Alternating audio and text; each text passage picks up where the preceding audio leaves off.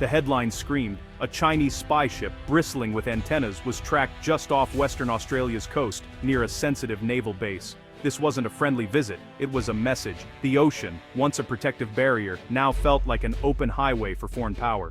The Dragon was at the nation's doorstep, watching and listening. This was part of a pattern, China's growing boldness. Australian Defence Force personnel tracked the vessel's every move. The ship stayed in international waters, but its intent was clear. Gather intelligence, test Australia's response, flex muscle far from home. For Australians, it was a wake-up call. The world had changed, and distance no longer guaranteed safety. Politicians and experts debated. Was this a prelude to something bigger? The ship symbolized China's ambition to dominate the region, challenging Australia's security and its US alliance. The era of assumed peace was over. Strategic competition had arrived in Australia's backyard. Australia had long prospered under a US security umbrella, growing rich trading with China. Now, economic partnership was turning into strategic threat. The spy ship forced a national conversation. How do you stand up to a superpower that's also your biggest customer?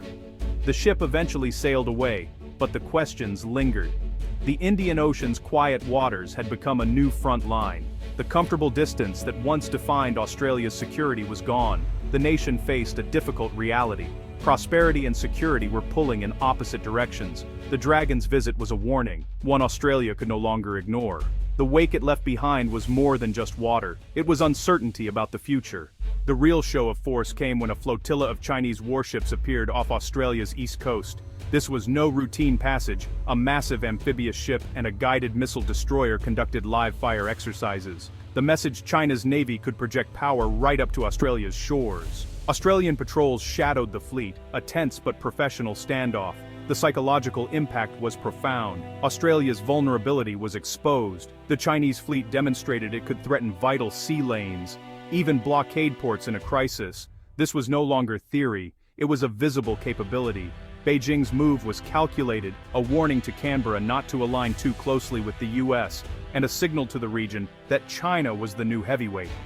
The old order, long dominated by the US Navy, was being challenged. Warships became instruments of both intimidation and diplomacy.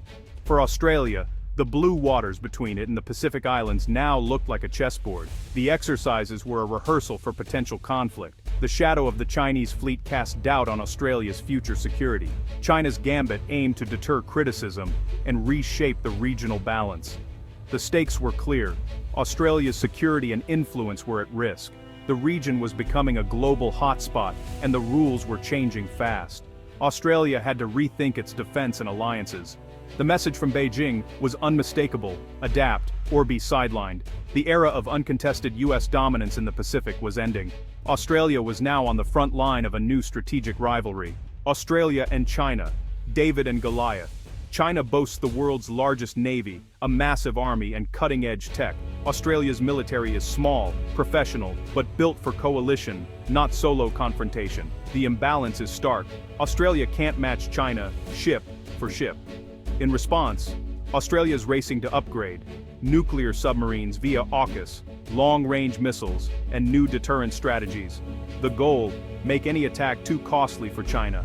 But building new capabilities takes years. While China's military grows rapidly, the gap is widening, not shrinking. This creates a dangerous window of vulnerability for Australia. The next decade is seen as the period of maximum danger. Australia must act fast, or risk being outmatched at a critical moment. The race is on, and the stakes couldn't be higher. Australia's future depends on closing the gap, before it's too late. China's approach isn't just military, it's a mix of sticks and carrots. Warships and sharp rhetoric are the stick, meant to intimidate and deter opposition. The carrot is economic. China is Australia's largest trading partner, making many Australians wealthy. But Beijing uses trade as leverage, retaliating with tariffs when challenged. This dual strategy forces Australia into a dilemma: defend security and values, or protect prosperity. Some urge caution to preserve trade, others warn that appeasement invites more bullying. The debate is central sovereignty versus economic gain. China's tactics are designed to force this choice. Australia must decide what it's willing to risk for independence.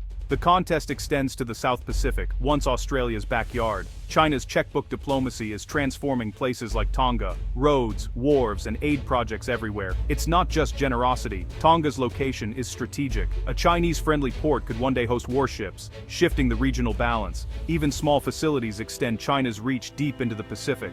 When disaster struck Tonga, China's rapid aid built goodwill and obligation. Australia, once seen as neglectful, is scrambling to catch up. More aid, more visits, more promises. But China's offers are grand and come with fewer strings. Australia's aid, tied to governance, can seem less attractive. The battle for influence in the Pacific is now central to the larger contest with China. For Tonga and its neighbors, the stakes are high development, debt, and sovereignty. China's presence is changing the region's dynamics. Australia must adapt quickly or risk losing its influence. The Pacific is now a key front in the struggle for regional power. The outcome will shape the future of the entire region. Pacific leaders have mixed feelings about China's rise. Many welcome the infrastructure and aid, roads, buildings, jobs. For small nations, China's support is transformative. But beneath official gratitude, anxiety grows. Some officials quietly worry about the strategic implications: ports deep enough for warships, growing debt, and loss of autonomy. Ordinary people are divided. Some see opportunity, others fear cultural and economic disruption. Australian and US military leaders watch with alarm, seeing China's influence spreading across the map. They fear a network of Chinese access points challenging regional security. The Pacific's future is uncertain. Hope, opportunity, and fear coexist. Australia and its allies must respond or risk losing ground. The voices from the islands are clear. They want development, but not at any cost. The region is caught in a great power competition it never asked for. The choices made now will echo for generations. China's debt-trap diplomacy is powerful. Huge loans for infrastructure lure small nations. Projects built by Chinese firms, funded by Chinese money. At first, it's a golden handshake. Later, the debt becomes a chain. Tonga owes China a massive sum. Repayment is a struggle. If a country can't pay, China can demand concessions, resources, votes, or even control of infrastructure. The Hambantota port in Sri Lanka is a cautionary tale. Control handed to China for 99 years. Pacific nations insist they can manage their debt, but the risk is real. Balancing development needs with debt dangers is tough. For small economies, one disaster can tip the scales. The golden handshake can quickly become a heavy chain. Australia and others warn of the risks, but the allure of quick development is strong. The region's financial choices now will shape its sovereignty for decades. China's pressure has jolted Australia into action. The AUKUS Pact will deliver nuclear-powered submarines, Australia's biggest military leap ever. But the first subs won't arrive until the late 2030s, leaving a dangerous gap. To fill it, Australia is buying long-range missiles, sea mines, and building its own missile industry. The goal transformed from a small force to one that can seriously deter aggression.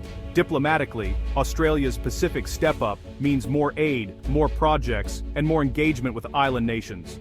Australia can't match China's spending, but it offers quality, shared values, and trust. Decades of neglect can't be fixed overnight. Some Pacific leaders remain skeptical. Australia must prove its commitment is real and lasting. The race is on and the clock is ticking.